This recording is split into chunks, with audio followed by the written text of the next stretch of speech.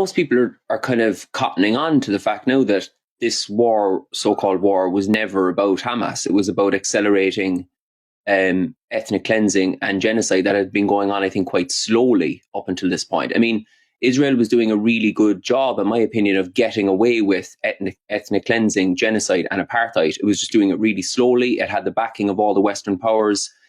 It wasn't claiming massive headlines of huge numbers killed. It would, to use its own horrific phrase, mow the lawn every few years in Gaza.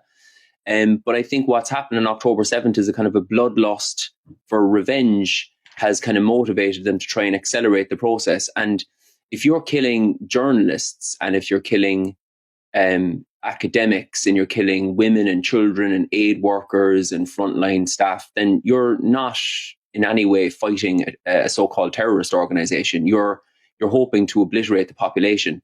But I suppose, like, as your show and other shows have mentioned, it's almost impossible to kill an idea. You know, to use our own Irish example here.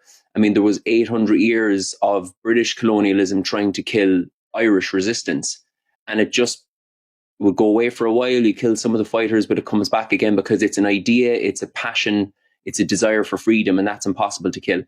And I think the illustration of what's going on in the West Bank shows so clearly that this war, so-called war against Hamas, is a front for accelerating this process of just making a two-state or a one-state or Palestinian statehood or justice or liberation in any way impossible. And to be fair, Netanyahu's been really public and honest about that. He's stated from the outset that his almost political ambition, his number one political ambition, is to bury the idea of Palestinian statehood forever. But the irony is, I suppose, through their brutality, we're now seeing people all around the world who might have, I mean, even in my own city in Cork, I'm seeing people at marches every week. They've never been on a political march in their life.